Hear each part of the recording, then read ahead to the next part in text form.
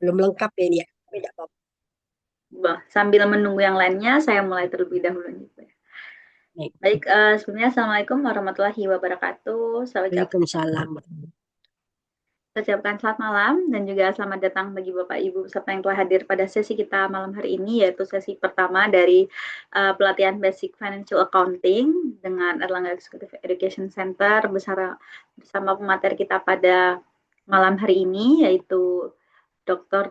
Andes Pertiati Dewi, MSI AK.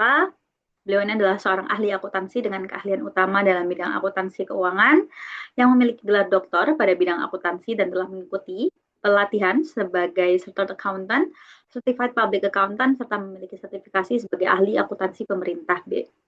Beliau ini sekarang mengajar aktif di Universitas Airlangga sejak tahun 93 dan bidang pengajarannya meliputi akuntansi keuangan dan juga audit internal. Selama karirnya, beliau telah mengembangkan minat penelitian dalam bidang akuntansi keuangan. Kemudian Bapak Ibu mohon izin menginformasikan bahwa nanti kita akan menjalani pelatihan hingga pukul 20.30. Akan ada pelatihan sekitar 2 jam. Kemudian materi juga dapat diakses melalui emosi Bapak Ibu. Jadi nanti untuk materinya tidak kami bagikan melalui grup, tapi melalui emosi. Kemudian nanti akan ada absensi yang akan dibagikan di kolom chat Zoom. Jadi nanti dapat diperhatikan. Kemudian mohon dapat untuk menghidupkan kamera dan juga aktif selama pengajaran dimulai. Baik, tanpa berlama-lama, mari kita dengarkan pemaparan materi pada malam hari ini oleh Ibu Murdiati. Waktu dan layar saya persilakan. Monggo Ibu. Baik, terima kasih Mbak Talita. Selamat malam. Eh, Selamat bergabung ya dengan pelatihan untuk kelas Basic Financial Accounting gitu ya. Kalau saya lihat dari peserta Bapak Ibu semua itu bervariasi ya, bervariasi baik itu dari perusahaan yang berbentuknya korporasi, ada juga dari sekolah ya, dari entitas ya, yang tidak berorientasi laba ya mungkin ya, juga ada juga dari mungkin mendirikan perusahaan ya perseorangan gitu ya, ataupun yang lainnya. Tapi yang kita pelajari di sini adalah tentang apa itu akuntansi ya, mengapa perlu mempelajari akuntansi, kemudian tujuan dari Bapak Ibu setelah mengikuti pelatihan ini ya, ini baru pertama itu, uh, Bapak Ibu bisa membukukan atau mencatat transaksi menjadi suatu laporan keuangan gitu ya. Mungkin background Bapak Ibu kalau di sini uh, ada yang mungkin tidak di bidang bagian keuangan atau yang lainnya, tetapi tujuannya adalah bisa memahami apa itu akuntansi dan hasil dari proses akuntansi. Mungkin nanti selama saya menyampaikan materi, ini ada di sesi ini, topik ini ada 2 kali tatap muka, hari Selasa dan hari Kamis. Saya memberikan hari Selasa, ini nanti Kamis ada tim yang lain. Namun demikian, kalau Bapak Ibu di tengah-tengah ada yang ditanyakan, didiskusikan, bisa langsung uh, disampaikan gitu ya. Oke. Jadi share screen.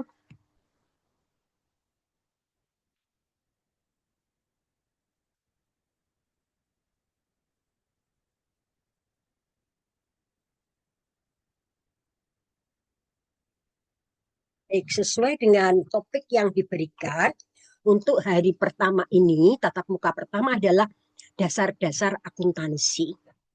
Ya. Yang akan dipelajari dari topik ini ada 2 kali tatap muka, hari ini dan besok.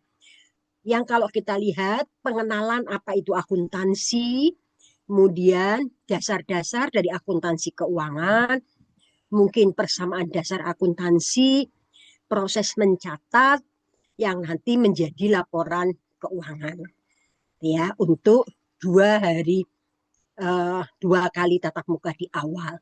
Nanti berikutnya akan mendalami tentang akuntansi untuk masing-masing akun gitu ya. Oke. Bapak Ibu mungkin sudah mengenal apa itu akuntansi. Kalau mungkin ketika SMA memperoleh di sosial sudah dikenalkan apa itu akuntansi, maka saya akan menyampaikan lagi sesuai dengan topiknya. Apa itu akuntansi? Pada dasarnya kalau dulu apa itu akuntansi adalah suatu, kalau awal di tahun 80-an definisi akuntansi mungkin adalah proses pencatatan, kemudian pengklasifikasian suatu transaksi menjadi suatu laporan keuangan. Atau teknik, di depan itu seni. Pertama dulu seni mencatat, bla bla bla sampai jadi suatu informasi. Kemudian berkembang, kalau seni nanti bisa terserah masing-masing individu gitu ya.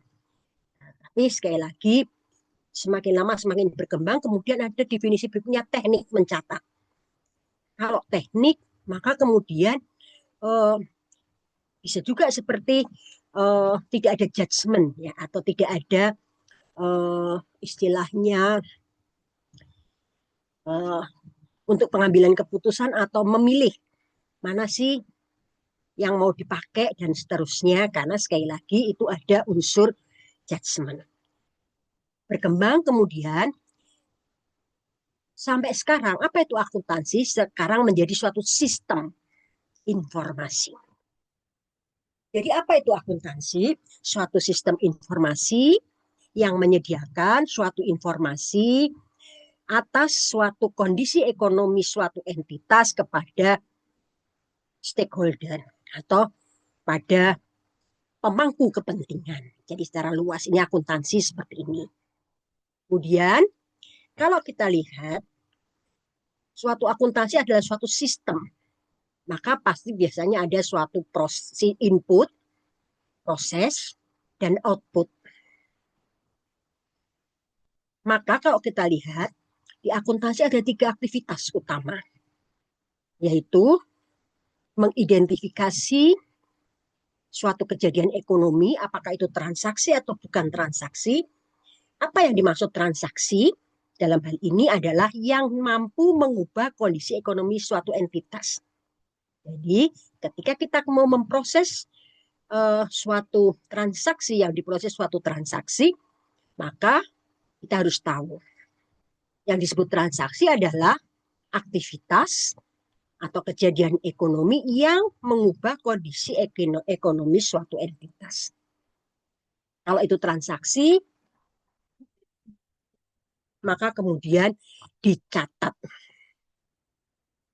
diklasifikasikan, kemudian disusun laporan keuangan, mengklasifikasikan di dalam suatu nanti proses lebih lanjut detailnya setelah ini ya. Tapi kalau secara garis besar ada 3 poin: mengidentifikasi, mencatat, dan mengkomunikasikan. Yang dikomunikasikan apa? Outputnya, laporan keuangan. Dari output itu nanti akan dianalisis dan diinterpretasikan oleh pengguna. Akuntansi keuangan ini fokusnya adalah pengguna secara luas, atau utamanya pengguna eksternal, tidak hanya internal, tapi eksternal. Ini siklusnya tadi.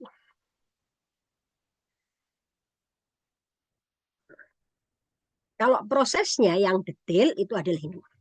Ada mengidentifikasi, menjurnal, memposting ke buku besar, dan mengklasifikasikan atau merangkum dalam neraca saldo, membuat penyesuaian, jurnal penyesuaian, menyusun neraca saldo setelah penyesuaian, dan menyiapkan laporan keuangan, kemudian membuat jurnal penutup.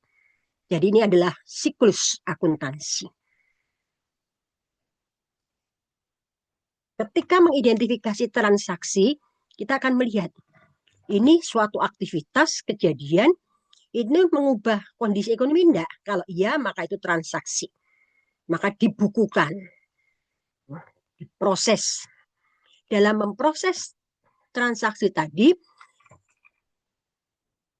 karena untuk kepentingan secara umum, maka harus ada acuannya yang disebut standar akuntansi. Ya.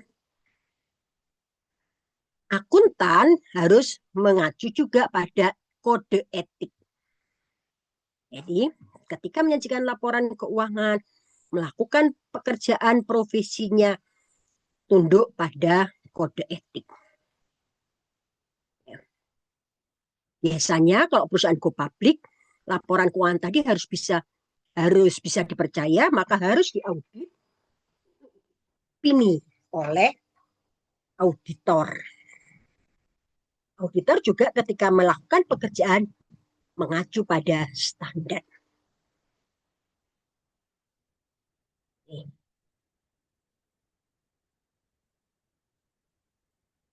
Berikutnya, ini tadi ringkasannya. Standarnya itu apa yang berlaku di Indonesia? Di IAI itu ada SAK internasional. Jadi perusahaan-perusahaan besar, go public, biasanya sudah kerjasama dengan internasional, maka dia bisa mengacu ke SAK internasional. Atau SAK Indonesia, yang umum perusahaan go public menggunakan ini, SAK Indonesia. Namun ada juga SAK untuk entitas privat. Ini biasanya untuk perusahaan yang mungkin dia tidak menggunakan dana dari publik. Boleh pakai SAK entitas privat. Hanya perusahaan perseorangan mungkin ya. Atau ada juga SAK MKM. MKM ini untuk entitas mikro, kecil dan menengah. Lalu ada SAK syariah.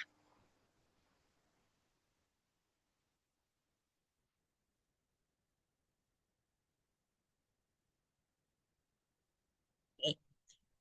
Berikutnya.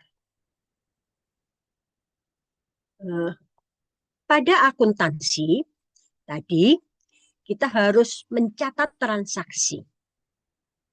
Untuk hasilnya nanti laporan keuangan. Maka setiap transaksi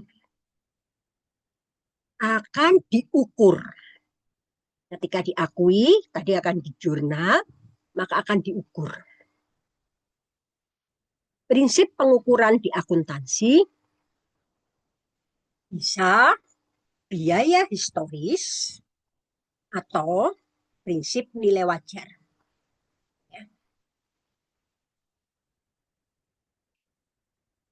Prinsip biaya historis menyatakan bahwa entitas mencatat aset sebesar kosnya atau biayanya. Kalau prinsip nilai wajar, maka aset ataupun liabilitas akan disajikan di dalam laporan keuangan sebesar nilai wajarnya. Yaitu harga yang diterima untuk menjual suatu aset atau menyelesaikan kewajiban. Di dalam membukukan transaksi, tadi ada asumsi yang mendasari. Salah satunya adalah tadi kalau diukur, tadi ada diukur, mengukurnya dengan apa? Tadi bisa biaya historis atau nilai wajar dan diukur dalam satuan moneter. Setiap transaksi harus dinyatakan dalam satuan moneter. Kemudian, asumsi yang lainnya adalah bahwa suatu entitas adalah sebagai entitas ekonomi, mengharuskan aktivitas entitas dipisahkan dari aktivitas pemiliknya ataupun entitas lainnya. Bentuk kepemilikan, kalau ini tadi saya sampaikan, perusahaan-perusahaan jenis perusahaan itu bisa dikategorikan apakah perusahaan perseorangan, partnership, atau korporasi. Kalau perusahaan perseorangan, pemiliknya satu orang. Maka dari sisi ekuitas atau modal adalah satu. Modal tuan X. Kalau partnership, pemiliknya lebih dari satu. Maka di sisi ekuitas tampak modal tuan X, modal tuan Y. Kalau korporasi, bentuk perusahaan yang dengan saham, menerbitkan saham. Maka di sisi ekuitas, di sana ada modal saham.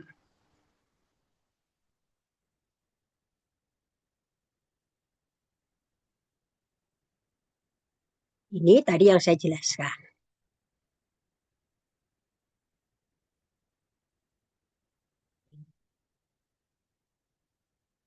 Kalau ada pertanyaan, boleh langsung ya.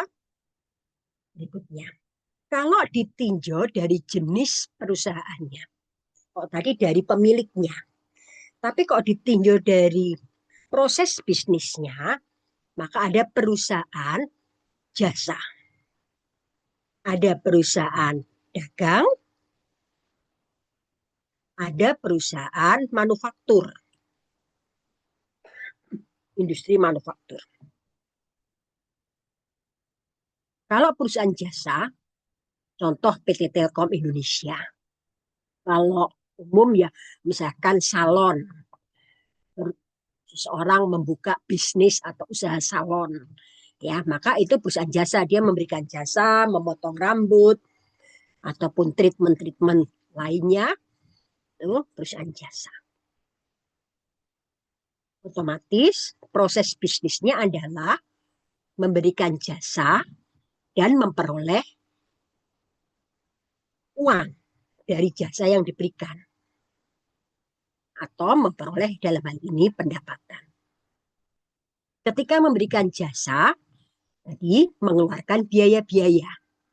Jadi untuk laporan laba ruginya itu adalah pendapatan dikurangi dengan beban-beban atau biaya. Di sisi asetnya, dia tidak ada persediaan barang dagangan. Kalaupun ada, biasanya bahan habis pakai, supplies. Ya, misalkan samponya atau uh, barang habis pakai, bahan habis pakai. Kemudian kalau industri perdagangan, itu contohnya kalau perusahaan besar PT Hero Supermarket. Tapi kalau perusahaan biasa, kecil, misalkan Anda membuka toko, menjual kebutuhan pokok, misalkan. Itu juga perusahaan dagang. Maka proses bisnisnya adalah membeli barang dagangan, kemudian menjual. Nah, ketika menjual ya ada biaya-biaya misalkan iklan atau apapun ya biaya penjualan. Tapi ada satu unsur biaya lagi yaitu harga pokok dari barang yang dijual atau harga pulaannya. Maka ketika menghitung labanya itu adalah pendapatan dalam hal ini penjualan barang dagangan dikurangi dengan beban pokok penjualan ya itu adalah laba kotor baru kemudian dikurangi dengan biaya lainnya misalkan biaya penjualan atau biaya administrasi sehingga tampak laba bersih. Kalau perusahaan manufaktur maka proses bisnisnya lebih panjang. Membeli bahan baku, diproses menjadi barang. Nah, ketika diproses tadi, perlu tenaga kerja langsung, perlu biaya overhead lainnya, overhead pabrik, kemudian menjadi barang jadi dan baru dijual. pada akhir periode mungkin aja ada barang yang setengah jadi nih, sudah diproses, tapi pada akhir periode belum selesai. Nah, kalau perusahaan manufaktur, pendapatannya dikurangi dengan beban pokok penjualan, di mana beban pokok penjualannya ini biaya produksi dari barang yang terjual. Kalau di sisi persediaannya ada 3 macam. Bahan baku, barang setengah jadi atau barang dalam proses, dan barang jadi. Ada pertanyaan sampai di sini?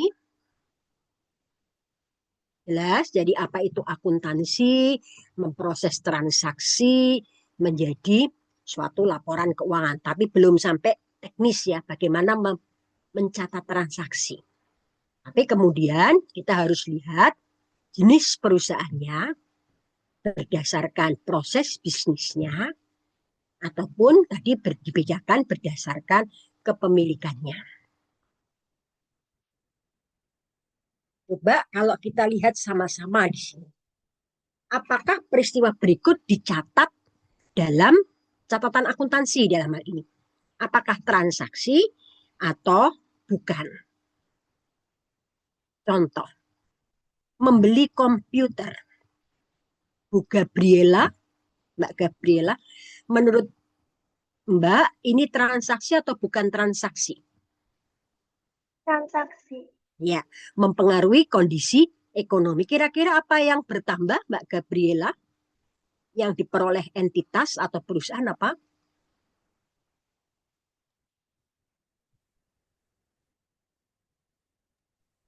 Oh, aset bukan ya, Bu? Iya, aset bertambah. Berupa apa asetnya? Peralatan. Iya, peralatan komputer.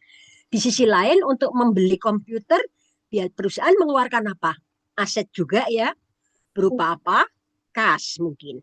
Atau belum dibayar, jadi timbul kewajiban. Jadi kondisi ekonominya akan berubah. Asetnya bertambah berupa komputer, mungkin hutangnya juga bertambah kalau dengan cara hutang berupa utang dagang misalnya. Maka kondisi ekonomi akan berubah. Betul. Maka perlu dicatat atau dibukukan. Kalau yang kedua, perusahaan mendiskusikan desain produk dengan calon pelanggan. Mbak Tasya. Iya, Bu. Ya, kira-kira transaksi atau bukan? Kalau masih diskusi belum terjadi transaksi berarti ya, Bu ya? Ya, ya. Jadi ini bukan transaksi. Jadi tidak perlu di jurnal atau dicatat. Karena tidak mempengaruhi perubahan kondisi ekonomi. Yang ketiga, Mbak Peggy.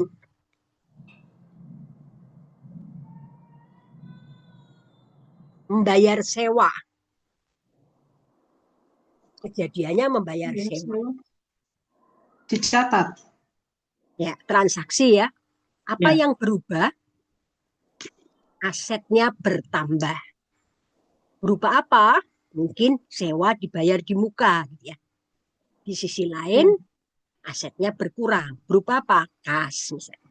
Jadi ini berubah, maka dia transaksi. Baik, jadi Bapak Ibu sudah bisa mengidentifikasi mana transaksi dan mana yang bukan transaksi. Coba mungkin berikutnya Pak Muhammad. Muhammad, Ya, Bu, mungkin Bu. bisa diberikan contoh yang kejadian di perusahaan Bapak Ibu atau apa yang bukan transaksi. Transaksi ya, Bu. Bukan transaksi. Oke, contoh. Konsultasi misalnya, Bu, atau pertemuan-pertemuan. Ya, betul.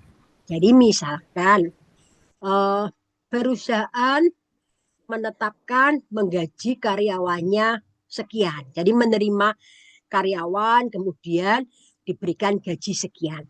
Tapi ini bukan transaksi karena masih merekrut gitu ya. Jadi hanya event ya, event. Tapi kalau perusahaan membayar gaji karyawan maka itu transaksi. Ya, oke. Nah, ini lagi kita lihat transaksi atau bukan. Pemilik menyetorkan modal ke dalam bisnis. Transaksi atau bukan? Transaksi, Bu. Transaksi. Transaksi, ya. Apa yang bertambah? Aset. Berupa apa? Kas. Di sisi lain, modalnya atau ekuitasnya bertambah. Berupa modal. Bisnis membeli persediaan. Atau entitas membeli persediaan. Transaksi atau bukan? Transaksi. Transaksi. Apa yang berubah? Asetnya bertambah berupa persediaan. Di sisi lain mungkin asetnya berkurang berupa kas. Perusahaan merekrut karyawan. Transaksi apa bukan transaksi? Bukan transaksi. Bukan transaksi ya. Karena lain kalau perusahaan menandatangani kontrak dengan lembaga psikologi mungkin sebesar sekian untuk dalam rangka proses merekrut karyawan. Nah, transaksinya tadi membayar atau menandatangani kontrak. Nah, yang ini bukan transaksi. Pemilik menggunakan uang pribadinya untuk menjamu atau istilahnya mengundang kolega bisnis potensial. Transaksi atau bukan ini? Bukan transaksi. Ya. Kenapa kok bukan? Uang pribadi. Ya, karena tadi ada asumsi entitas ekonomi. Jadi harus memisahkan pribadi atau istilahnya memisahkan aktivitas entitas dengan aktivitas pribadi. Yang terakhir,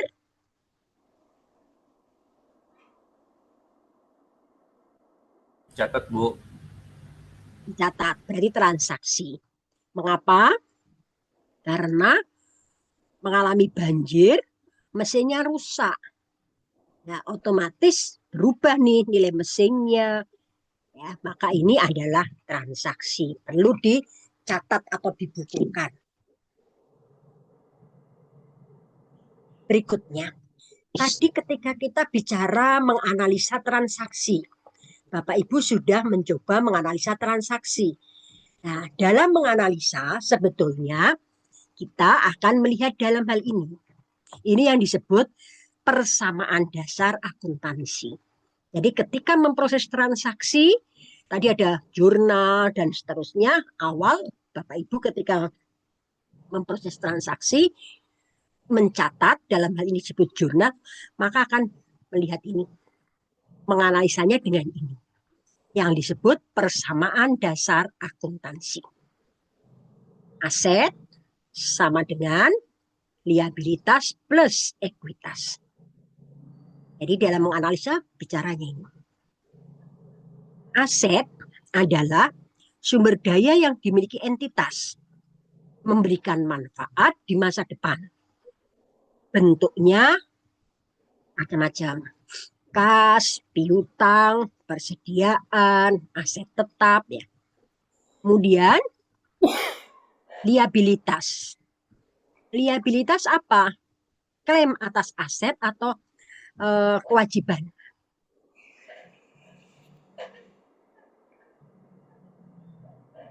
Ada kreditor. Pada siapa kita berutang?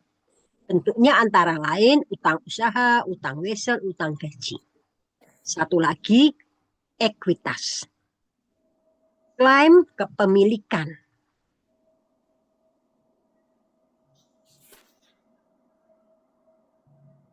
Atas total aset disebut sebagai ekuitas sisa. Itu akunnya bisa modal saham, saldo laba, itu kalau perusahaannya korporasi. Kalau perusahaan perseorangan, modal saham. Jadi kalau kita lihat, misalkan Bapak Ibu mau mendirikan bisnis. Kita dalam artian suatu entitas, ini perusahaan ini kosong masih. Belum ada apa-apanya. Kemudian Bapak Ibu menyetorkan uang untuk keperluan bisnisnya. Maka dari sisi entitas ini tadi timbul kas. Ada uang nih, ada aset. Berupa apa? Kas. Ya, berupa kas. Dari siapa tadi? Oh, dari pemiliknya. Maka timbul di sisi ekuitas di sini adalah modal. Modal tuan X. Modal tuan X ya. Modal. Kemudian Bapak Ibu mungkin juga butuh modal nih, kurang dana. Bapak Ibu meminjam ke bank. Tambah lagi di sini perusahaan ini, tambah kasnya bertambah. Dari siapa? Oh, dari harus dikembalikan nantinya. Maka timbul kewajiban yang disebut utang.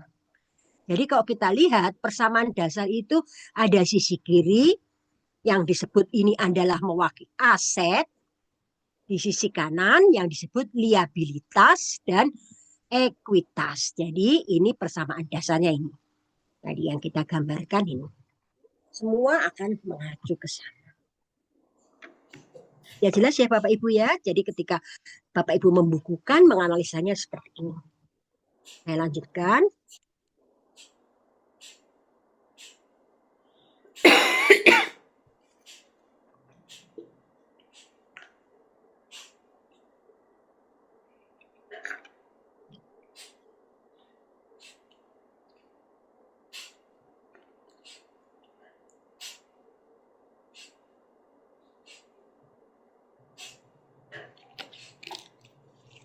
Nah, ini menganalisanya.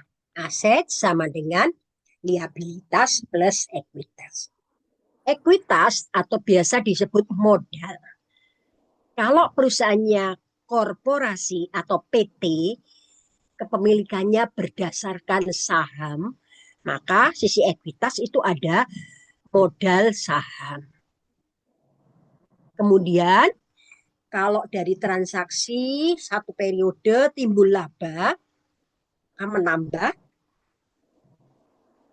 ya di bagian ekuitas yang disebut RE, return earning atau saldo laba, biasanya bahasa Indonesianya saldo laba.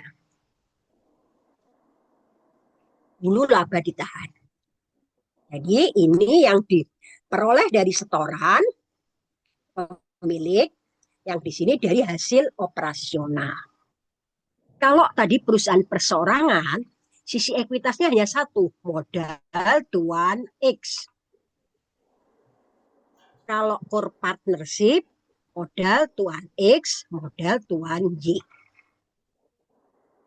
Ya.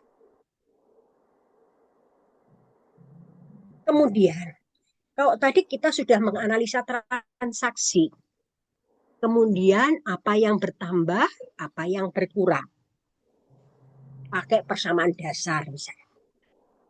Maka ke depan ketika mencatat suatu, memproses transaksi tadi dicatat dalam jurnal. Disebut jurnal.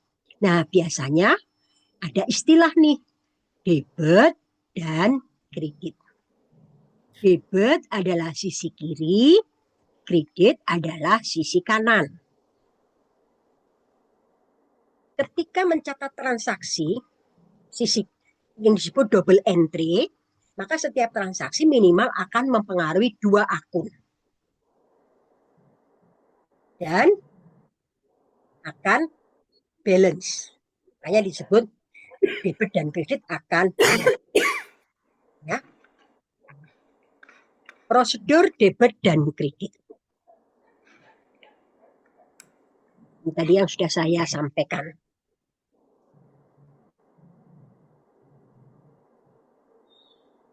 Berikutnya.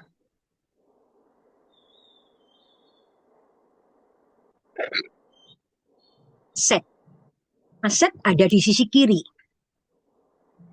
Maka kalau aset bertambah, dia akan didebit. Kalau berkurang, akan dikredit. Liabilitas atau kewajiban di sisi kanan. Kalau bertambah, maka dia dikredit. Kalau berkurang, maka dia di debit. Saldo normalnya kredit. Kalau aset, saldo normalnya debit. Sisi ekuitas juga di sisi kiri. Sisi kanan ya.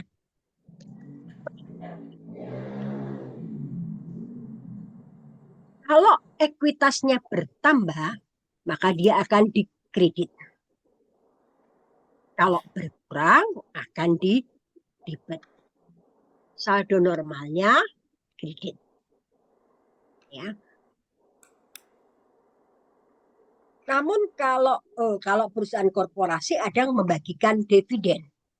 Dividen akan mengurangi saldo laba, maka hukumnya kebalikannya. Ini yang disebut hukum debit dan kredit. Kemudian kalau kita lihat tadi,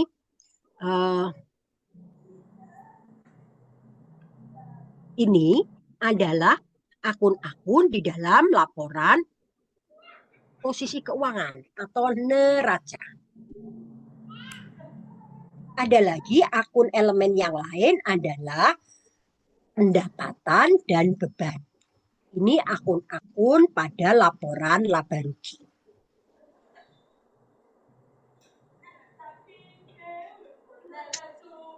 Taruh debit kreditnya, kalau pendapatan akan menambah modal, maka dia akan sama.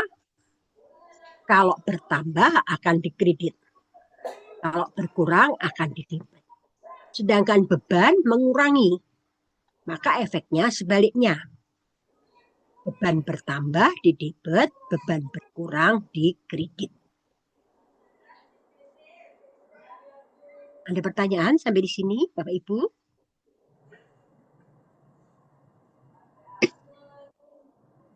Silahkan kalau ada yang ditanyakan.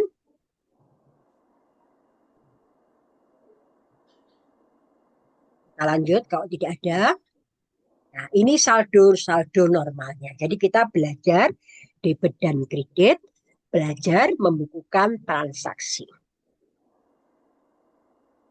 Ringkasan dari tadi, kalau kita lihat ini laporan posisi keuangan akun-akun kelompok-kelompoknya itu ada 5 elemen. Yang ini 3 ini kesamaan dasar aset, liabilitas, ekuitas. Ini pada laporan posisi keuangan. Yang menambah ekuitas tadi adalah dari pendapatan. Beban mengurangi ini akun-akun laporan laba rugi. Saldo normal masing-masing sesuai dengan aset, saldo normalnya debit. Liabilitas, saldo normalnya kredit. Ekuitas kredit. Pendapatan kredit, beban saldo normalnya. Ini kategori-kategori.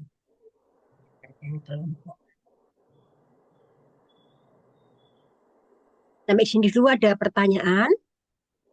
Mungkin Bapak Ibu sudah familiar dengan ini, mungkin selama ini sudah praktek nih di perusahaannya. Mungkin Mbak Tasya sudah mengenal ini ya, pemahaman ini, debit kredit. Mohon maaf belum, Bu. Oh belum ya, ini baru.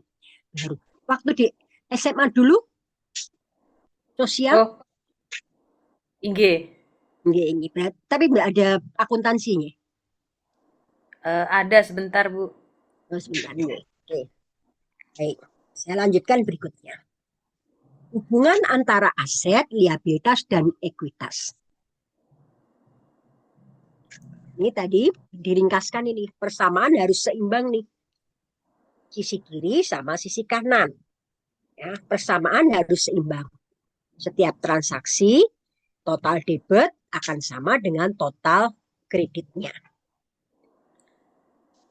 Ini untuk menganalisa tadi, kemudian membuat jurnal. Jurnal disebut Book of Original Entry. Transaksi dicatat sesuai urutan kronologis atau tanggalnya. Kontribusi pada proses perekaman mengungkapkan efek lengkap dari suatu transaksi, memberikan catatan kronologis transaksi, membantu mencegah dan menemukan kesalahan. Karena misalkan jumlahnya debit dan kredit karena dapat dibandingkan dengan mudah tadi cara mencatatnya. Oke. Ini contoh membuat jurnal atau membukukan transaksi. Pada 1 September, pemegang saham menginvestasikan 15.000 kas dalam perusahaan korporasi untuk memperoleh saham biasa. Kemudian perusahaan membeli peralatan komputer tunai sebesar 7.000. Maka mencatat jurnal transaksi tadi akan dicatat kas bertambah debit, di sisi lain ekuitas bertambah yang disebut share capital. Jadi kalau membuat jurnal ini nama-nama akunnya. Toko rekening-rekeningnya kas, modal saham, di bahasa Indonesianya modal saham. Debit, kemudian kredit. Transaksi berikutnya, perusahaan membeli peralatan komputer. Maka mencatatnya peralatan, equipment, kasnya berkurang. Kasnya dikredit. Kas 75. Ini mencatat transaksi atau menjurnal. Setelah di jurnal tadi, maka berikutnya akan diposting ke buku besar. Setiap akun memiliki buku besar masing-masing. Yang disebut buku besar, nama akun-akun. Nah, dari jurnal tadi ini diposting ke buku besar. Kas, maka akan masuk ke buku besar kas. Di debit. Aduh. Kemudian modal saham, share capital, di kredit, tulis di bagian kredit. Ini namanya diposting. Kalau sudah diposting, ini diberi keterangan nih. Posting kemana? Oh, buku besar kas 101. Diberi tanda kalau sudah diposting.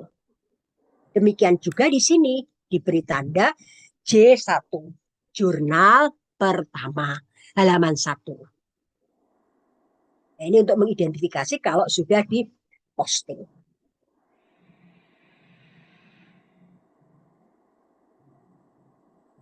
Ini contoh nama-nama akun dari suatu perusahaan. Kelompok aset, kelompok liabilitas, ekuitas atau modal, pendapatan, kemudian sampai di sini ada pertanyaan? Bau keringatnya. Ya. Ada yang ditanyakan? Halo Bapak Ibu, ada yang ingin didiskusikan? Ya. Baik, tidak saya lanjutkan.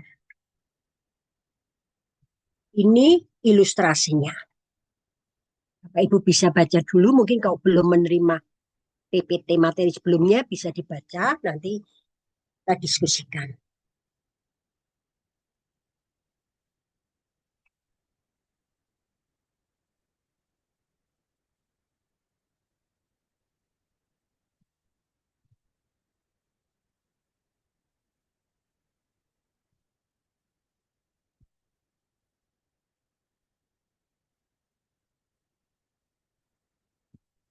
Jadi contoh 1 Oktober Yasiki menginvestasikan 10.000 tunai dalam perusahaannya. Maka yang bertambah apa? Kas. Di sisi lain dari siapa? Modal saham. Jadi transaksinya berupa, perusahaannya berupa korporasi. dibuat jurnal seperti ini. Ini kalau menganalisa persamaan dasar. Tapi kalau di praktek berikutnya sudah langsung ini jurnal. Transaksi dibuat jurnal. Kemudian diposting ke buku besar. Setiap transaksi seperti itu. Silahkan lanjutkan analisis transaksi berikutnya. Silahkan saya berhenti dulu, mungkin Bapak Ibu bisa berlatih dulu melihat dari analisa transaksi ini. Kira-kira jurnalnya bagaimana. Saya berhenti dulu 5 menit, silahkan Bapak Ibu untuk mencoba analisa.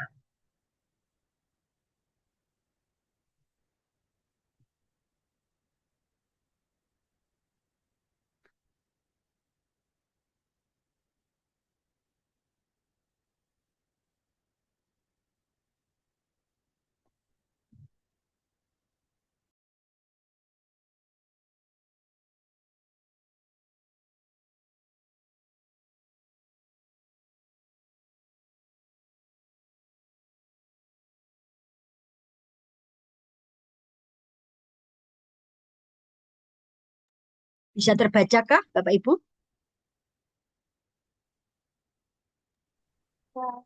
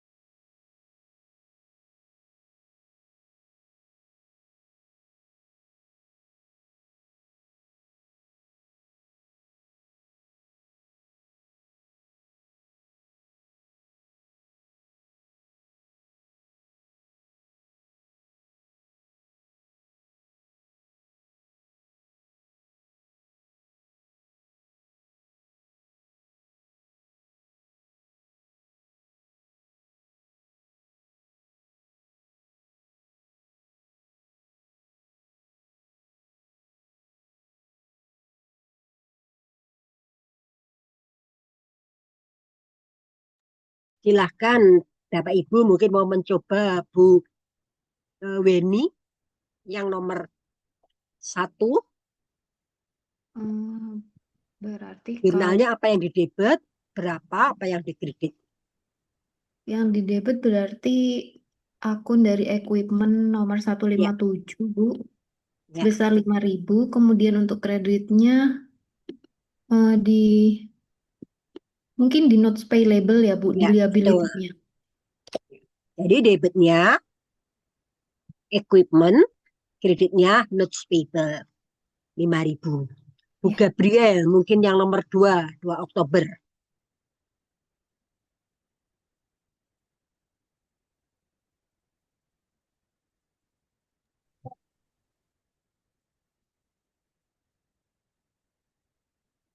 Silahkan mungkin Bu Gabriel, Mbak Gabriel. Posnya di debit. Ya, kasnya bertambah di debit 1.200. Kreditnya apa Mbak Gabriel?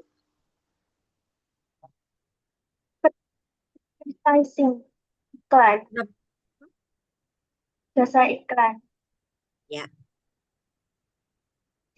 atau unearned revenue. Jadi pendapatan diterima di muka. Jadi kita sudah menerima kas, tapi belum menyelesaikan. Jadi kita bisa catat sebagai unearned revenue atau pendapatan diterima di muka. Ya. Ini kalau kita lihat jasa iklan, perusahaan iklannya. Berikutnya mungkin Mbak Tasya yang 3 Oktober atau yang Mbak Peggy, boleh yang ya Mbak Tasya silahkan. Eh, Debitnya apa? saya mencoba Ibu, Ya, boleh. Silahkan. itu berarti di kreditnya kasnya Ya, betul. keluar 900. Ya, kreditnya kas, betul. Yang debitnya? Debitnya sewa ini kah? Ya, debitnya aset. Berupa apa? Sewa dibayar di muka. Sewa, Jadi oh, belum menjadi beban, tapi masih sewa dibayar di muka. Atau prepaid rent. Ya. Mungkin yang tanggal 4 Oktober, ya Pak, Mbak Peggy mau mencoba?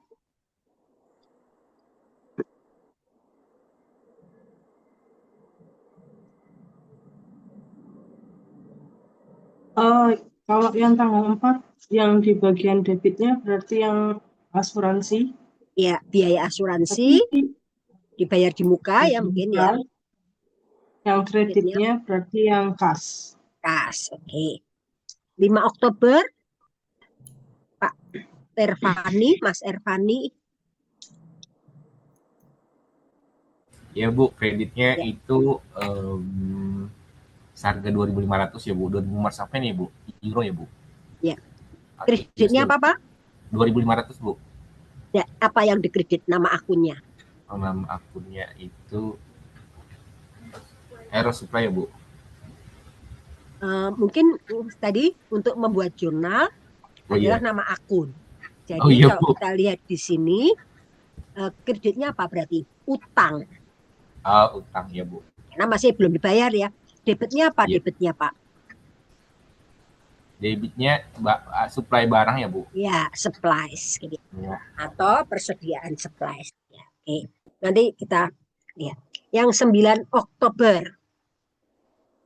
Sebetulnya nama akunnya itu kalian sudah ada nama-nama akun ya. Tapi ini secara garis besar seperti itu. Mungkin Mbak Aletia.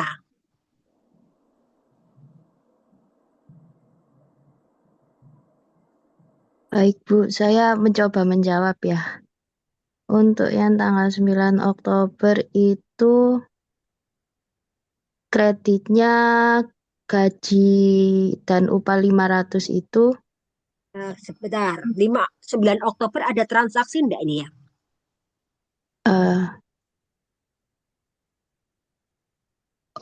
belum ada. Ya. Jadi di sini hanya keterangan aja ya. Jadi di sini tidak perlu membuat jurnal.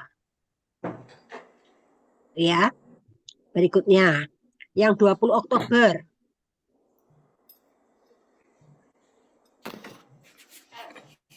Silahkan kembali berikut ke depan lagi. Siapa tadi Mbak? Mbak Weni. Ya Bu, untuk 20 Oktober berarti kreditnya itu berupa dividen. Iya, membayar ya. Membayar Ya, berarti mengumumkan. Mengumumkan iya, dan membayar ya. Berarti kalau iya, sudah sudah dibayar ada ya, transaksi. Ya, sudah ada transaksi kas. Kalau mengumumkan pun juga sudah, tapi iya, masih berupa utang gitu ya. sebesar Udah bayar kas. 500 di Ya, yang debitnya debitnya dividen Bu 500. ya, Untuk berarti kreditnya di kreditnya berupa cash 500. cash ya, kas atau utang gitu ya. Tergantung ya. Tadi kalau udah dibayar berarti kas. Berikutnya yang 26 Oktober. Mbak Gabriel. Ya, Bu. Untuk gaji masuk di Desember, untuk kasnya di kredit. Ya, kasnya di kredit. Debitnya Debitnya yang gaji karyawan. gaji karyawan ya. 31 Oktober menerima secara tunai untuk jasa yang telah diselesaikan. Apa kira-kira Mbak Tasya siapa? Tasya atau? Nggih, Bu. Ya, silakan. Ini berarti debetnya kas, Kaspol. Kreditnya untuk kreditnya piutang jasa. kan sudah diselesaikan. Ya, tergantung ini. Ini tadi ada kaitannya sama yang sudah diterima atau belum? Sudah? Hah? Ya. Ini kalau ini secara tunai ya berarti belum diakui. Jadi debitnya kas, kreditnya apa? Pendapatan. Anak kan sudah Oh, diselesaikan pekerjaannya. Kita lihat baik. sama-sama dulu mungkin. Jadi jurnalnya ini. Yang tadi sudah diringkaskan, jurnalnya ini nanti kita tinggal cek nih. Tadi yang jawaban dari Bapak Ibu kita sudah berlatih nih. Oh, ada yang pas enggak ya, ada yang kurang enggak. Nah, ini, tapi ini mungkin bahasa Inggris ya karena ini dari textbook. Kas, betul tadi ya. Modal saham. Yang kedua, equipment, notes payable atau utang wesel. Kemudian, kas, ini tadi pendapatan diterima di muka. Berikutnya, beban sewa, rent expense, kreditnya kas. Nah, ini tadi yang tanggal 3 tadi. Tadi kan membayar sewa. Itu 1 tahun ya, atau 1 bulan tadi. Kita lihat. Sewa secara tunai. Oh, ini tidak diberi keterangan ya. Maka tadi langsung sewa. Sekarang yang ini, yang 4 Oktober. Kita bedakan dengan yang 4 Oktober. Membayar biaya juga. Kalau ini kan tadi biaya juga sewa nih. Beban sewa. Karena dia mungkin sudah langsung dipakai. Kalau yang di sini, dia untuk 1 tahun. Jadi di awal diakuinya belum dipakai kan, maka dicatat sebagai aset. Namanya apa? Asuransi dibayar di muka. Bu izin Bu, kalau nomor Ya, referensi itu dari kenapa Pak? yang nomor 101 311 157 200 101 Ini ya, 101 311 maksudnya apa yang ditanyakan Bapak? Itu apa gimana itu Bu? Saya orang sosial Bu. Oke. Ya, nanti ketika mencatat jurnal ini Bapak mencatat debit sama kredit ini ya. Terus tadi proses berikutnya apa Bapak dari jurnal tadi? Siklus akuntansinya. Setelah di jurnal diapakan? Diposting ke buku besar. Nah, maka dari jurnal tadi akan dimasukkan ini ke buku besar. Nah, ini kas. Nah, kasnya nomornya berapa? Kode rekeningnya 101. Jadi kalau sudah diposting, dimasukkan di sini ke buku besar masing-masing, ditulis di sini referensinya, cross check-nya, jurnal halaman 1, kemudian di sini ditulis tadi referensinya 101. Jelas Bapak? Jelas Bu. Jadi ini kalau di perusahaan ada akun-akunnya sudah ada. Kas ini apa-apa. Nah ini akun-akun ini biasanya ada kode rekeningnya kan kadang sudah pakai computerized. Nah ini kode rekeningnya. Kalau pengkodeannya aset itu biasanya depannya 1. Menandakan 1 ini aset. Liabilitas 2.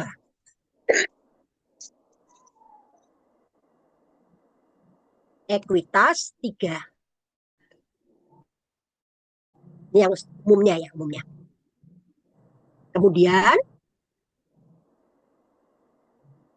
beban, nah 1, 2, 3.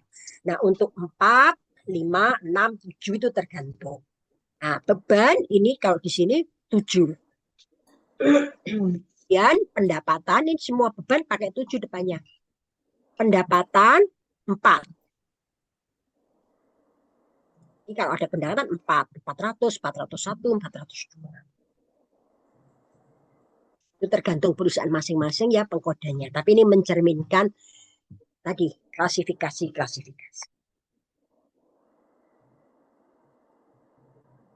Ya, ada pertanyaan?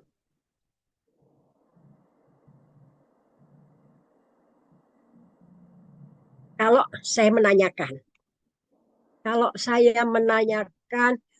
ke Bapak Ibu, boleh siapapun yang menjawab. Kalau equipment ini masuk kategori apa? Tadi kan ada 5 kategori ya, aset, liabilitas, ekuitas, pendapatan atau revenue, dan expense. Kalau equipment masuk apa? Kategori apa? Aset, Bu. Aset, betul. Kalau unearned revenue,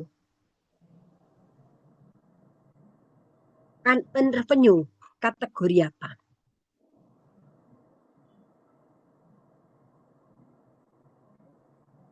Aset, ya, masuk kategori kewajiban, liabilitas. Karena apa? Dia sudah menerima kas, tapi belum menyelesaikan pekerjaannya atau jasanya. Jadi masih berupa utang. Kategorinya di kelompok utang. Rent expense masuk ke mana kategorinya? Expense. Ya. Liability, Bu. Ada pertanyaan? Jelas? Ya. Ini tadi sudah menjadi pendapatan, revenue. Masuk laporan laba rugi. Dari jurnal ini diposting ke buku besar. Ini memposting. Proses berikutnya setelah diposting, setiap akhir periode atau menyusun laporan keuangan, disusunlah yang disebut neraca saldo.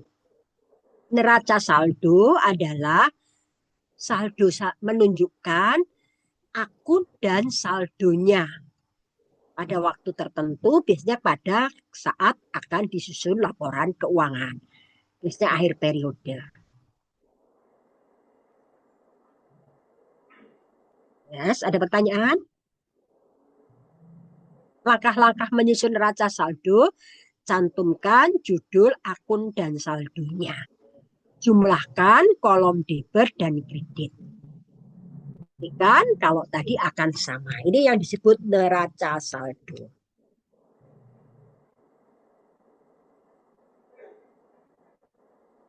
Setelah diposting di buku besar, akhir periode mau menyusun laporan keuangan, disusunlah neraca saldo. Baik. Ada pertanyaan Bapak Ibu? Apakah sudah selesai bisa disusun laporan keuangan? Ya. Ini mau menyusun laporan keuangan akhir periode. Permasalahannya, kita lihat berikutnya. Proses berikutnya. Kalau menyusun laporan keuangan, laporan apa yang disusun pertama? Laporan laba rugi. Menunjukkan pendapatan dan beban. Kalau dalam kasus ini kira-kira, mana yang masuk laporan laba rugi? Mana saja, yaitu pendapatan. Ini ada pendapatan 10.000, lalu ada beban-beban 4.000, 9.000. Namun demikian, sebelum disusun laporan keuangan, maka ada proses berikutnya yaitu membuat jurnal penyesuaian. Buat jurnal penyesuaian. Kapan dibuat jurnal penyesuaian? Setiap akhir periode ketika akan menyajikan laporan keuangan. Mengapa perlu membuat jurnal penyesuaian? Di akuntansi ada basisnya adalah akrual basis. Ada basis lagi cash basis. Kalau di dalam standar laporan keuangan, akuntansi basisnya adalah accrual basis. Apa itu accrual basis? Transaksi akan dicatat pada periode terjadinya peristiwa tersebut. Jadi tadi misalkan akan menyusun laporan 2025. Maka transaksi dicatat pada periode terjadinya peristiwa ya, dalam tahun 2025. Kemudian akhir periode mau menyusun laporan keuangan nih 2025, maka akan menyusun yang namanya pendapatan, mengakui pendapatan. Pendapatan akan diakui ketika mereka memberikan jasa, bukan ketika mereka menerima uang tunai. Beban diakui ketika terjadi, bukan ketika dibayar. Jadi dasar menyusun laporan keuangan, laporan laba rugi tadi, dasarnya accrual basis. Pendapatan akan diakui pada periode ketika pendapatan diperoleh. Kapan pendapatan dikatakan bisa diperoleh? Ketika sudah diselesaikan. Kemudian beban akan diakui ketika tadi sudah dipakai atau terjadi dan ketika dibayar. Oleh karena itu maka setiap mau menyusun laporan keuangan dan akhir periode harus memastikan nih penyaji laporan keuangan atau perusahaan harus menganalisis atau mengidentifikasi bahwa pendapatan yang dilaporkan memang sudah betul atau memenuhi kriteria pendapatan basis. Maka perlu proses penyesuaian. Nah, kalau cash basis, pendapatan dicatat ketika kas diterima. Beban dicatat ketika kas dibayarkan. Cash basis tidak sesuai dengan standar. Dalam hal ini Indonesia mengacu pada standar internasional. Contoh, maka tadi perlu membuat jurnal penyesuaian setiap akhir periode. Jurnal penyesuaian akan terkait dengan dua hal. Karena tadi ketika mau menyajikan laporan keuangan, harus memastikan pendapatan yang diakui selama satu periode sudah benar. Demikian juga beban. Nah, jadi kalau kita lihat tadi, kelompok-kelompok tadi ada 5. Aset, liabilitas, ekuitas. Ini yang ada di dalam laporan posisi keuangan. Akunnya permanen. Artinya saldo akhir periode ini menjadi saldo awal periode berikutnya. Karena merupakan harta, liabilitas, dan ekuitas. Sedangkan revenue, kelompok revenue dan expense, ini sifatnya temporer. Jadi untuk menyajikan tadi laba rugi selama satu periode nih.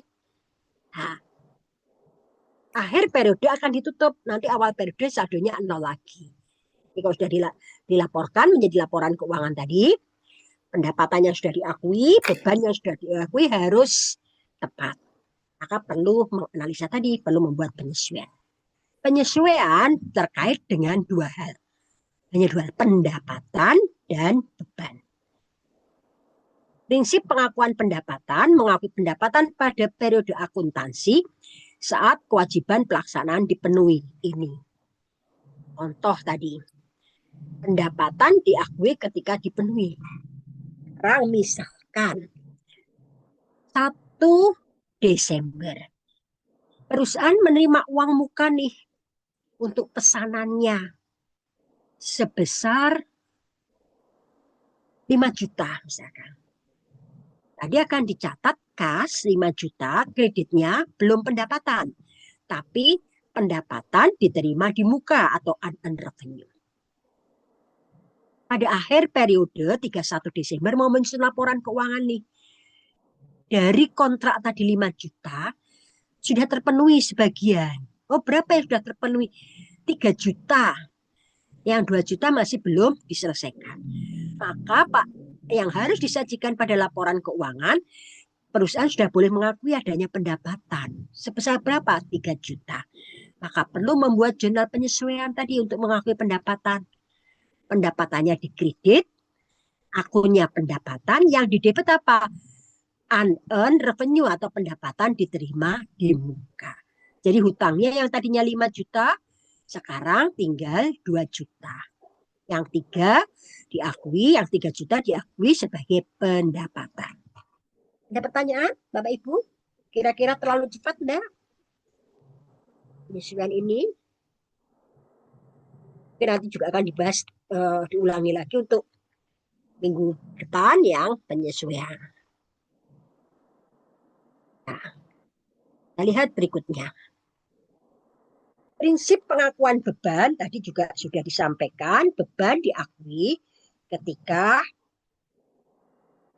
terpakai. Ya. Biasanya disebut ketika kita mau pendapatan, maka beban-beban untuk memperoleh pendapatan tersebut juga harus diakui.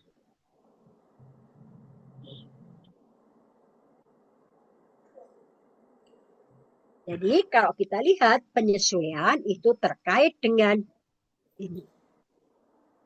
4 hal. Atau 2 hal. Pendapatan dan beban. Tapi pendapatan dan beban tadi terkait dengan ini. Kita langsung masuk ke detailnya. Jadi pendapatan diakui ketika pendapatan sudah diselesaikan kewajibannya.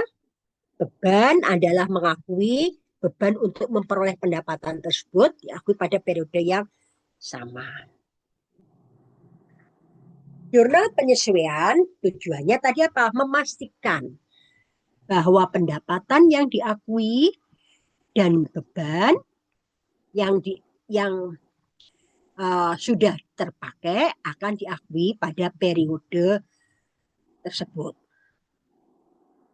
Diperlukan karena neraca saldo mungkin tidak memuat data terkini dan lengkap.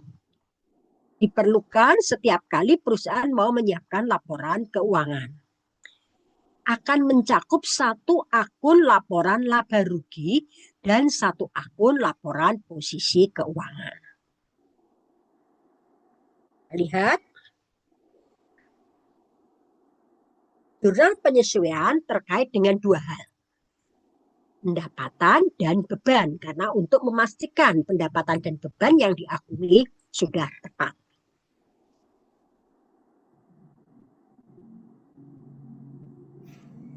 Dan masing-masing ada kaitannya sama akrual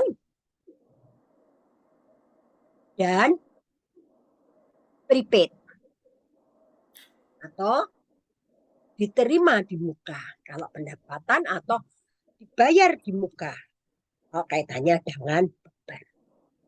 Demikian juga kalau akrual sudah terpakai biayanya tapi belum diakui.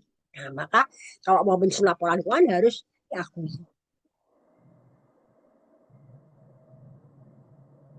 Contoh. Ini laporan neraca saldo tadi. Kemudian setiap akun dianalisa. Apakah akun tersebut lengkap dan sudah tepat. Kita lihat.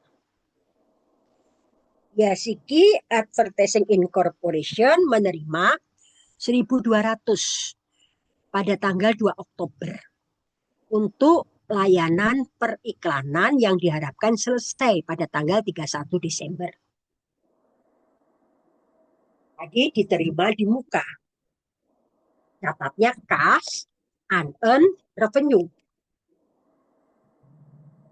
Nah, ternyata setelah dianalisa ketika mau menyusun laporan keuangan,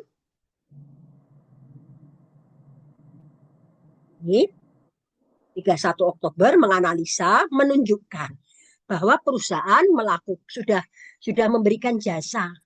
Yang sudah diberikan berapa? 400. Maka akan dibuat jurnal penyesuaiannya seperti ini. Bentar ya. Nah ini. Oh, tadi yang sudah terpakai 400 ini. Unearned service revenue yang ini ya. 400 berkurang. Sudah menjadi pendapatan. Maka mencatat penyesuaiannya service revenue atau pendapatan jasa. Ketika awal transaksi tadi mencatat kas, kreditnya pendapatan diterima di muka. Nah, akhir periode dari 1.200 yang 400 sudah diselesaikan. Maka sudah boleh diakui sebagai pendapatan. Maka penyesuaiannya adalah pendapatan dikredit, debitnya unearned revenue. Berikutnya, yang kedua, pada bulan Oktober, Biasiki Advertising melakukan layanan senilai 200 yang belum ditagihkan ke klien pada bulan ini. Jadi Biasiki sudah memberikan jasa, tapi belum diterima uangnya. Maka harus diakui karena momen laporan keuangan. Maka penyesuaiannya adalah pendapatan dikredit bertambah 200 pendapatannya. Debitnya apa? Debitnya piutang. Karena belum dibayar.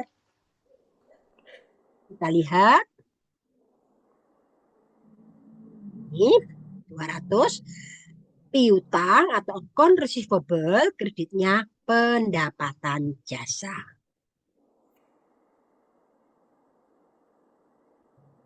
Yang ketiga, ya analisa tadi ya, oh ternyata di sini ada Biasiki Advertising menandatangani wesel bayar 3 bulan sebesar 5.000 nih pada 1 Oktober.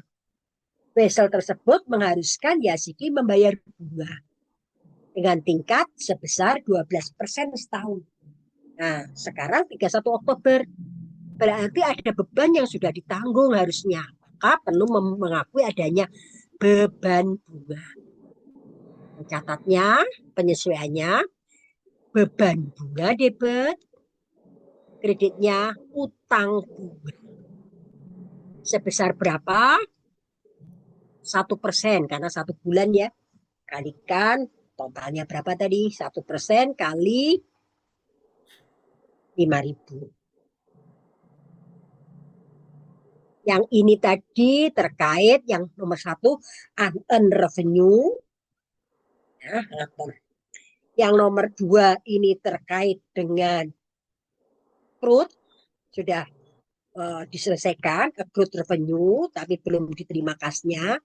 Yang ketiga ini terkait dengan accrued expense, beban bunga tapi belum diterima. Nah, berikutnya, Biasiki Advertising membeli perlengkapan seharga 2.500 5 Oktober. Mencatat pembelian dengan mendebit perlengkapan. Akun menunjukkan saldo 2.500 pada neraca. Ternyata dari splash tadi 2.500 akhir periode ini dihitung. Oh, ternyata tersisa 1.000. Berarti yang terpakai 1.500. Bagaimana penyesuaiannya? Maka akan dicatat debitnya beban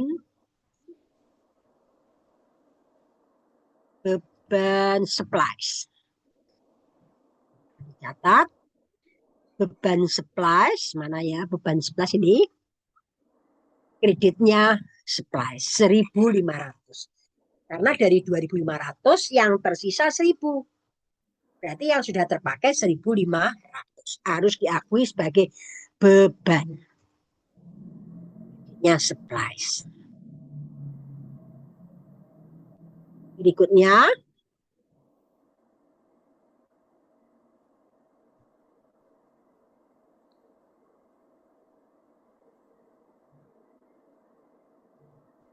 pada tanggal 4 Oktober sudah membayar 600 untuk polis asuransi kebakaran. 1 tahun. Dimulai 1 Oktober. Berarti sekarang 1 bulan sudah berjalan. Harus diakui sebagai beban asuransi. Sebesar berapa? 50. Jurnalnya bagaimana?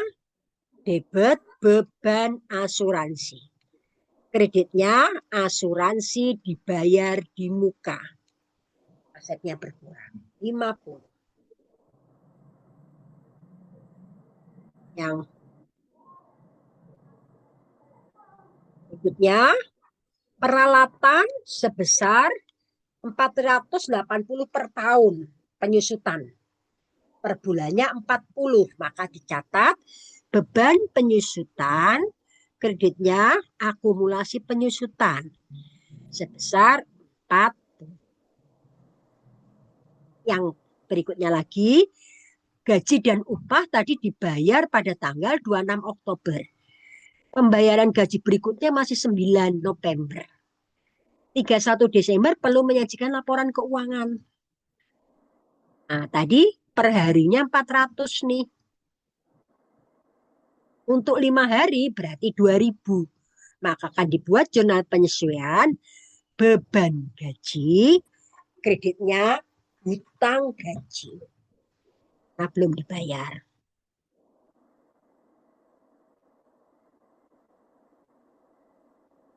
Nah, tadi yang kaitannya dengan beban gaji, nih, kreditnya utang gaji.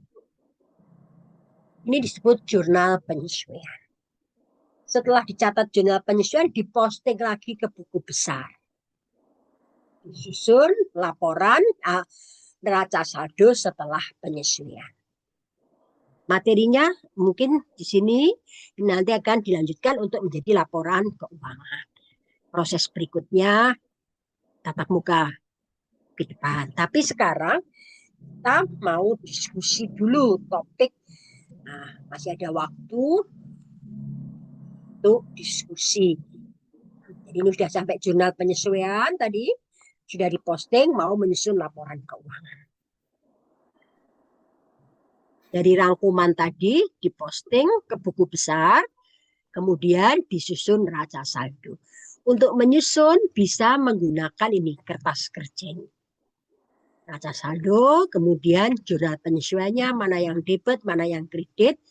Ya, berikutnya masuk ke ini. Neraca saldo setelah penyesuaian tinggal dijumlahkan, lalu menyusun laporan laba rugi dan laporan posisi keuangan. Agak susah ini, tapi ini biar nanti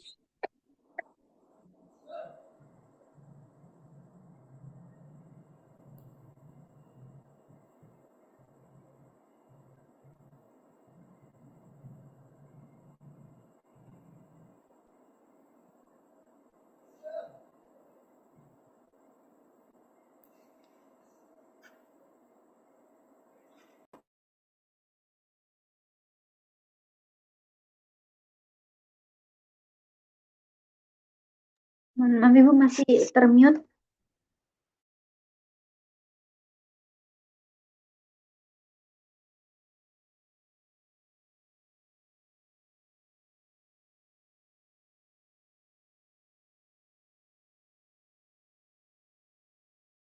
mungkin kita boleh diskusi satu persatu, Mbak Weni mungkin. Dari yang tadi saya jelaskan, kira-kira ada yang ditanyakan atau dikaitkan dengan kerjaan atau tempat Mbak Weni bekerja? Mohon maaf Bu, sebelumnya saya masih proses untuk memahami. Sebenarnya masih lumayan bingung untuk proses penyesuaian yang Oh, ini. jurnal penyesuaiannya ya, yang Iya, masih bingung. Oke, iya Bu. ya saya ulang sekali lagi secara garis besar. Iya, ya, Jadi, boleh Bu. kalau perusahaan menyusun laporan keuangan, tadi kan biasanya tiap periode ya, akhir setahunan atau bulanan. Nah, ketika transaksi tadi sudah dicatat transaksi di jurnal, posting buku besar, neraca saldo sudah clear ya. Ya. Cuman di akuntansi tadi ada sifatnya adalah akrual basis. Jadi ketika menyusun laporan keuangan nih, kita harus memastikan nih pendapatan dan beban yang diakui pada periode tersebut sudah sesuai dengan yang seharusnya. Tadi saya sampaikan jurnal penyesuaian itu biasanya pasti terkait dengan dua hal. Pendapatan sama beban. Karena untuk memastikan nih pendapatan yang diakui sudah tepat ataupun bebannya. Pasti terkait dengan dua hal. Nah, Masing-masing juga terkait dengan dua hal. Sesuatu yang telah dibayar di muka, diterima di muka, atau yang sudah dijalankan tapi belum menerima kasnya. Saya ulas satu persatu. Contoh langsung aja. Paling mudah misalkan tadi mau menyusun laporan keuangan.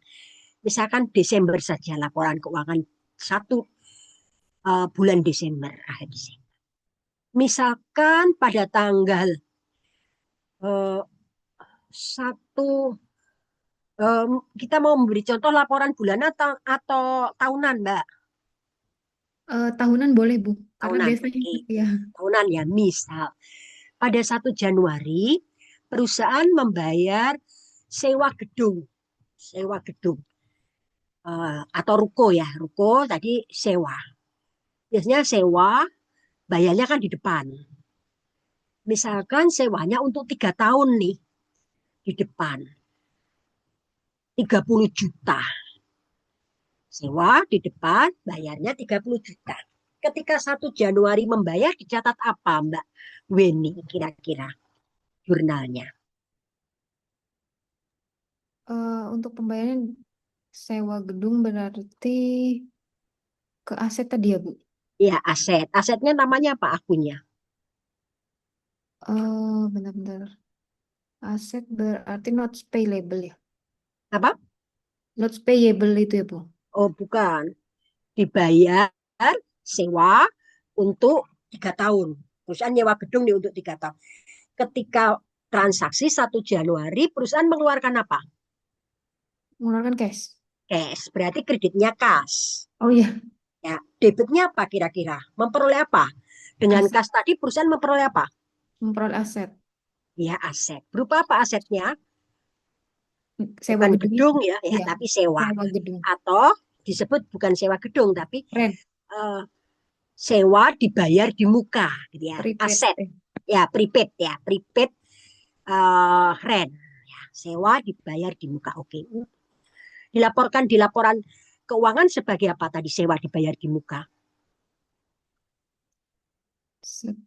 Aset, liabilitas, ekuitas, pendapatan atau beban? Jadi aset, Bu. Aset. Sewa dibayar di muka. Oke. Sekarang berjalan. Akhir tahun mau menyusun laporan keuangan nih. Tadi sewanya kan untuk 3 tahun. Iya. Sekarang 31 Desember mau menyusun laporan keuangan. Sudah ada yang harus dibebankan enggak dari sewa dibayar di muka tadi 30 juta? Sudah, karena udah berjalan setahun, Bu. Ya. Berapa yang sudah harus dibebankan untuk tahun tersebut? Berarti 10 juta ya, Bu. 10 Misalnya juta. Maka perlu membuat jurnal penyesuaian. Untuk mengakui apa? mengakui prepaid rent tadi. Untuk mengakui beban. Iya. Jadi debitnya apa? Beban sewa 10 juta. Yang berkurang apa? Prepaidnya. Iya. Sewa dibayar di muka berkurang 10 juta. Jadi nanti di laporan laba rugi tampak beban sewa 10 juta. Di neraca atau posisi keuangan tampak sewa dibayar di muka atau aset sebesar berapa? 20 juta berarti 20 juta, tinggal 20 juta. Jadi itu karena apa tadi? Dasarnya mau menyusun laporan keuangan itu harus tepat, akrual basis tadi. Transaksi terserah tadi mencatat. Oke, tadi dari prepaid expense. Berikutnya, perusahaan tadi ini perusahaan jasa misalkan. Nah, perusahaan menerima uang muka untuk jasa yang harus dia selesaikan. Pada 1 Desember ada kontrak nih. Nah, untuk jasa yang harus diselesaikan. Nilai kontraknya misalkan 20 juta. Sudah diterima uangnya di depan. Mencatat apa ketika 1 Desember? Yang lain boleh ya, kita mencatat apa kira-kira debitnya? Kalau uang kontrak di awal berarti kan modal, berarti masuk ke aset ya, Bu? Asetnya berupa apa yang diterima? Revenue. Bukan. Debitnya. Asetnya berupa kas kan. Ya, oke. Jadi debitnya kas ketika 1 Desember. Kreditnya apa? Revenue tadi ya, Bu? Nah, apakah sudah mau diakui revenue atau Belum. pendapatan Earning. diterima di muka? Unearning itu tadi ya, Bu? Nah, unearned revenue. Jadi debitnya kas 20 juta, kreditnya unearned revenue atau pendapatan diterima di muka sebagai utang. Ternyata pada tanggal 31 Desember mau menyusun laporan keuangan dari kontrak 20 juta yang 15 juta sudah diselesaikan nih. Maka perusahaan perlu membuat penyesuaian ya, mau menyusun laporan laba rugi 31 Desember membuat jurnal penyesuaian. Untuk mencatat apa? Mencatat aset yang cash tadi 15.000. Enggak, kita enggak ada kaitannya sama cash. 31 Desember tadi penyesuaian hanya terkait dengan 2. Pendapatan dan beban. Beban. Ya. Ini berkaitan dengan apa? Pendapatan atau beban? Pendapatan. Pendapatan. Maka mengakui pendapatan. Kreditnya pendapatan. Berapa? 15.000 tadi. 15 juta. Oh ya, 15 juta. Debitnya apa? Debitnya berupa revenue. Yang berkurang apa? Utangnya. Kewajibannya kan sudah ya apa? Unearned revenue. Pendapatan diterima di muka di debit. Pada laporan laba rugi tampak pendapatan berapa, Mbak? 15 juta. 15 juta. Pada laporan posisi keuangan kaitannya sama ini tampak apa? Tampak sisanya yang piutang tadi Ya, 5 juta. Bukan 5 juta. piutang. Utang. Liabilitas ya. Unearned revenue. 5 juta. Semua seperti itu. Tadi sudah terkait dengan prepaid expense dan unearned revenue yang sudah diterima. Sekarang yang accrued. Contoh, perusahaan tadi selalu membayar gaji karyawannya 1 mingguan setiap minggunya. Misal seminggu membayar gaji karyawan 50 juta. Sehari 10 juta misalkan. Hari kerjanya Senin sampai Jumat. Bayarnya setiap Jumat. Jadi ketika Jumat sudah bekerja 5 hari, bayar. Kalau membayar mencatatnya apa biasanya? Jurnalnya apa? Membayar gaji. Yang didebet apa?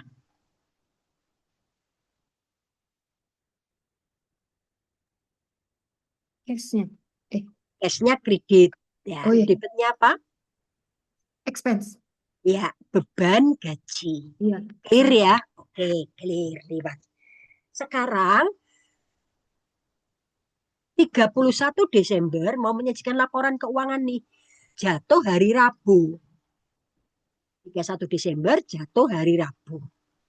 Perusahaan mau menyusun laporan keuangan. Perlu membuat penyesuaian enggak dalam hal ini? Perlu di Perlu. 3 hari terakhir. Untuk mengakui apa? Beban.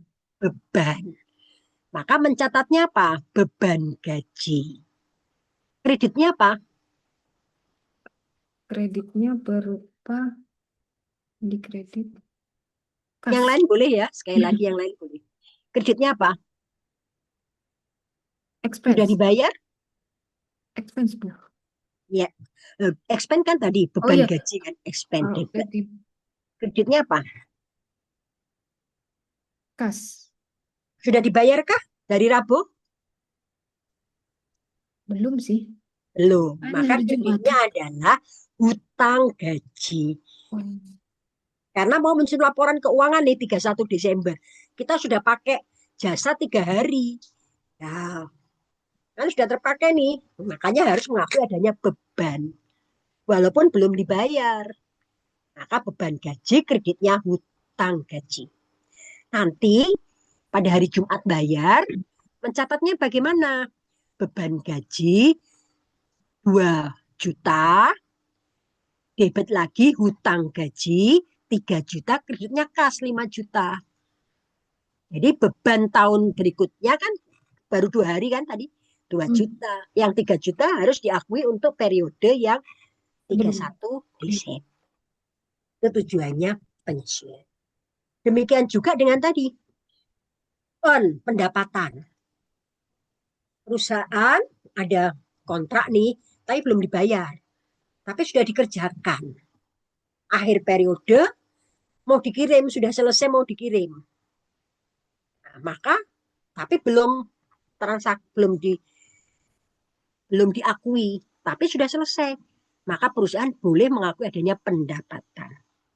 Debitnya apa? Piutang. Jadi seperti itu. Sudah jelas? Tadi sudah lumayan, Bu. Perlu belajar lagi tetap, Bu. Ya, nanti. Yang lainnya, Bapak Ibu? Perusahaannya Mbak Weni apa? Untuk saat ini saya sedang tidak bekerja, Bu, tapi sebelumnya saya pernah bekerja di KTNG sama Epson, Bu. Nggak, perusahaan Manufaktur, Bu. manufaktur. Berarti lebih kompleks ya laporan Iya, laba betul. ruginya. Bentuknya Iya. korporasi, PT, Iya, betul. oh PT. Corporate, Bu. Ya, oke. Mungkin ada lagi yang ditanyakan. Tadi kok saya lihat yang di sekolah tadi, sekolah siapa yang ada? Siapa tadi yang dari institusi pendidikan apa? Di mana? Oh,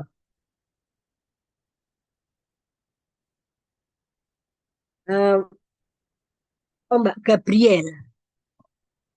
Mbak Gabriel, ya. Eh, bekerjanya di institusi pendidikan kah? Iya, di sekolah teologi lebih tepatnya. Sekolah Iya, teologi. Nah, kemudian menyajikan laporan keuangannya.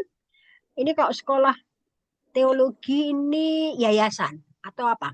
Ya, iya betul yayasan. Tapi Ya, peranan saya di sana hanya ya, sebagai admin sih, Bu. admin. Kalau Iya. admin berarti secara teknis ya, yang menerima admin dalam hal ini kaitannya sama keuangan enggak? Sebenarnya saya juga dipercaya buat kas, apa namanya, uang kas. Jadi kita buat laporan di tengah bulan sama Oke, akhir bulan. Tapi itu benar-benar yang sederhana gitu, Bu. oke ya. Jadi kalau di proses akuntansi mungkin perlu saya sampaikan juga ya. Kalau di akuntansi itu harus ada pemisahan fungsi. Kalau secara kontrol, internal control. Artinya apa? Yang kasir itu menerima uang, sama bagian akuntansi yang membukukan, pembukuannya mungkin nanti harus ada pemisahan fungsi dengan yang menyimpan. Nah, kalau misalkan tadi Mbak ini sebagai kasir mungkin hanya mencatat saja ini. Tapi mungkin yang membukukan jurnal bagian akuntansi gitu ya. Mungkin membuat laporan. Tapi setiap mencatat, oke, ketika mencatat ini kaitannya sama akuntansi, bagian akuntansi. Bagian akuntansi ketika mencatat, menjurnal harus ada bukti transaksi. Ya, jadi misalkan, tapi kalau Bapak Ibu, tadi admin hanya membantu ya, bisanya membantu. Itu artinya menerima kas, nanti buktinya nanti diserahkan ke bagian akuntansi. Nah, bagian akuntansi yang menjurnal. Tadi kalau sederhana, karena mungkin Bapak Ibu sebagai kasir, menerima uang, kemudian menyetorkan, tapi bukan dalam proses tadi membukukan gitu ya. Ya, betul, Ibu. Jadi kalau perkara uang kelas itu memang langsung masuk ke rekening yayasan. Jadi Nah, saya dipegang uang kas untuk membeli kayak kebutuhannya ruko, kayak ATK, dan lain-lain. ya mungkin nanti akan dibahas di akuntansi kas. Jadi kalau di akuntansi kas ada kas kecil, kas untuk keperluan harian gitu ya. Nah, itu Ya, kas kecil mungkin hanya menyimpan, saya dikasih uang 500.000. Nanti kalau ada pengeluaran membeli bensin, nanti mengeluarkan, terus Mbak menyimpan buktinya tadi yang mungkin ya, nanti setiap akhir minggu atau apa diserahkan ke bagian akuntansi untuk menerima kas lagi, mengisi lagi kasnya. Itu namanya akuntansi kas, nanti kas kecil. Ada lagi yang ditanyakan? Kak, dari saya mungkin itu dulu sih, Bu. Ya, oke. Ada pertanyaan? Silahkan.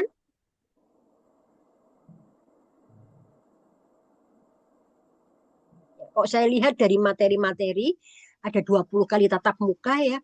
Itu kok dipelajari di akuntansi itu 1 semester nih, 6 bulan.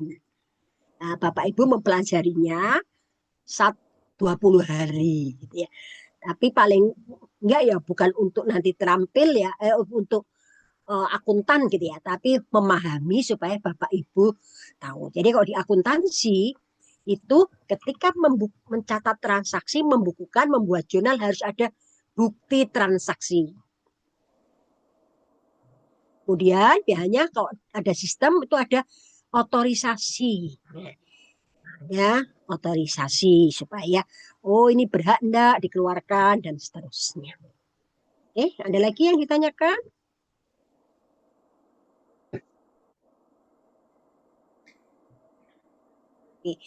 Mungkin besok mungkin saya akan menyampaikan ke Bu Amalia ya minggu berikutnya. Sebetulnya secara garis besar tadi ketika sudah dibuat jurnal penyesuaian, menyusun neraca saldo, nanti masuk ke laporan laba rugi, akun-akun yang laba rugi, kemudian yang posisi keuangan, aset, liabilitas, ekuitas masuk ke laporan posisi keuangan. Nah, akun-akun laba rugi tadi yang disebut akun temporer, setelah dibuat laporannya tadi akan ditutup. Ada yang disebut jurnal penutup. Ya, jurnal penutup. Nanti juga diposting. Tadi kita baru sampai jurnal penyesuaian. Ya, jurnal penutup, ada jurnal penutup, diposting juga apa yang dibuat posting ke jurnal penutup. Sebentar. Itu akun-akun yang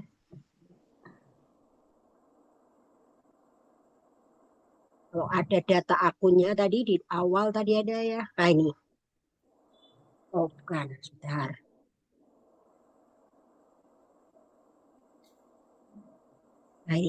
Nah ini kalau kita lihat di sini kok ada ikhtisar summary. Nah ini yang tadi dari jurnal penutup. Akun-akun pendapatan, ini kelompok pendapatan. Saldo akhir periode ini sudah dilaporkan dalam laporan laba rugi maka akan ditutup. Supaya saldo periode berikutnya nol lagi. Karena ini tujuannya revenue sama expense untuk melaporkan selama satu periode. Ini nanti akhir periode akan ditutup. Pendapatan, saldo normalnya kredit ditutup di debit. Kreditnya apa? Ikhtisar laba rugi atau income summary. Pendapatan, ini akunnya debit, ditutup akan dikredit. Debitnya apa? Income summary. Dari saldo income summary bisa diketahui laba atau rugi. Kalau saldonya kredit, berarti laba. Ya, income summary ditutup kalau saldonya kredit berarti laba. Karena pendapatannya lebih besar daripada beban. Ya, nanti akan dibahas. Jurnal penutup ada 4, menutup akun-akun revenue, menutup kemana ke income summary, menutup akun-akun beban kemana ke income summary. Berikutnya, menutup akun dividen atau prive, ya, kemana ke modal, ya, RE ya dalam hal ini. Kemudian menutup ini saldo income summary kemana ke RE. Kalau perusahaannya korporasi. Jadi ada 4 jurnal penutup. Saya rasa ini nanti lebih detailnya dilanjutkan menyelesaikan kertas kerja tatap muka kedua. Boleh kalau mau bertanya lagi masih ada waktu 10 menit. Terakhir. Mungkin nanti materinya PPT bisa disampaikan oleh Mbak Talita atau di tim tadi ya. Supaya nanti tatap muka kedua, sambil lihat, bisa tatap muka kedua bisa lebih Yang belum jelas bisa ditanyakan. Oke. Saya kembalikan ke Mbak Talita, mungkin kok nggak ada yang ditanyakan lagi. Bapak Ibu ada yang ditanyakan lagi?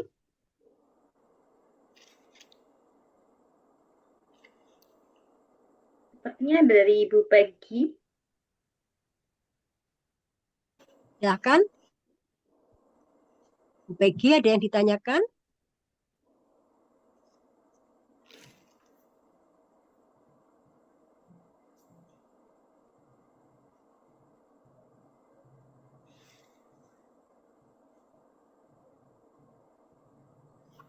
Ada ya ini yang di chat, nggak ada yang bertanya di chat, boleh.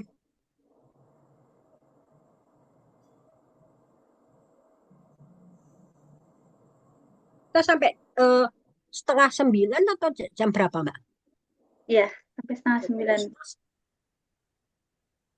Ya kan masih ada waktu lumayan 10 menit. Untuk bertanya sharing, Bapak Ibu.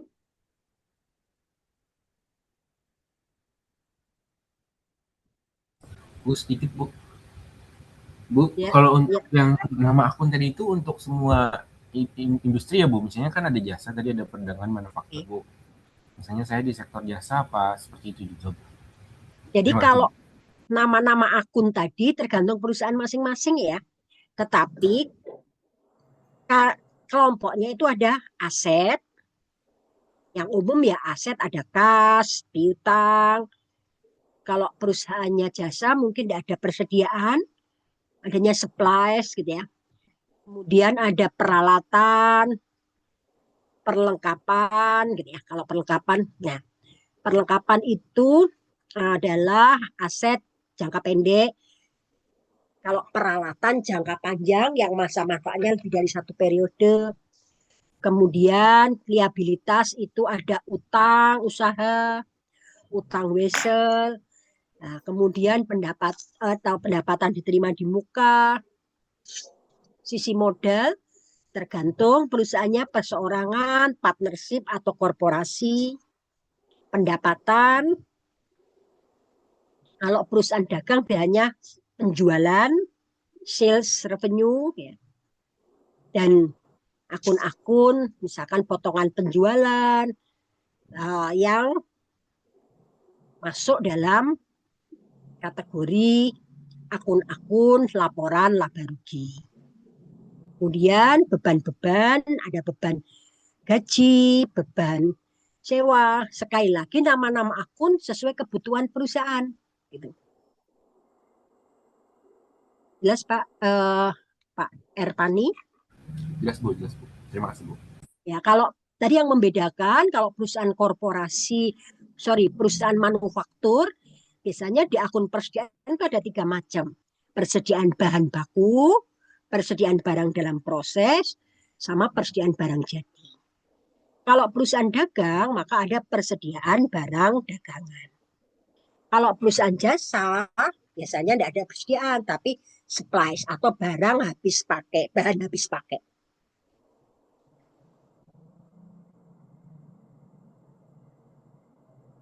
Kalau dari sisi kepemilikan, kalau modalnya perseorangan, maka di sisi ekuitas modal tuan X tadi.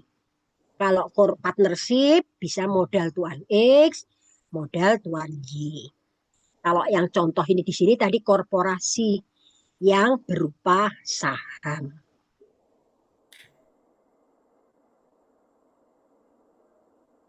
Pertanyaan, biasanya nama-nama akun itu sesuai kebutuhan perusahaan dan yang sering transaksinya kan sekali lagi semakin informatif ya kan, semakin lebih bisa untuk pengambilan keputusan tergantung kebutuhan. Silahkan, ada lagi? Baik, saya kembalikan kepada Mbak Talita. Baik, terima kasih Ibu Murtiati atas materi yang telah diberikan. kita bertemu lagi nanti pada materi selanjutnya dengan tetap dasar-dasar akuntansi dengan nanti Bu Amalia pada hari Kamis, Bapak Ibu. Melanjutkan materi pada hari ini, kemudian sudah tersedia materinya di emosi, nanti dapat diperiksa sebelum setelah mengakhiri kelas, kemudian sebelum mengakhiri kelas pada malam hari ini, dapat memeriksa absensi yang telah saya kirimkan melalui chat Zoom, kemudian dapat mengisi absensi secara individu, Bapak Ibu. Terima kasih sebelumnya atas memperhatikan materi yang telah diberikan. Semoga dapat bermanfaat bagi Bapak Ibu peserta dan dapat diterapkan dalam kehidupan sehari-hari. Saya mohon izin mengakhiri sesi pada malam hari ini. Wassalamualaikum warahmatullahi wabarakatuh. Selamat malam. Waalaikumsalam. Terima kasih banyak, Bu. Mohon maaf kalau ada kekurangannya. Enggak Bu, udah luar Banyak, biasa Bu. Bu. In live. Yuk.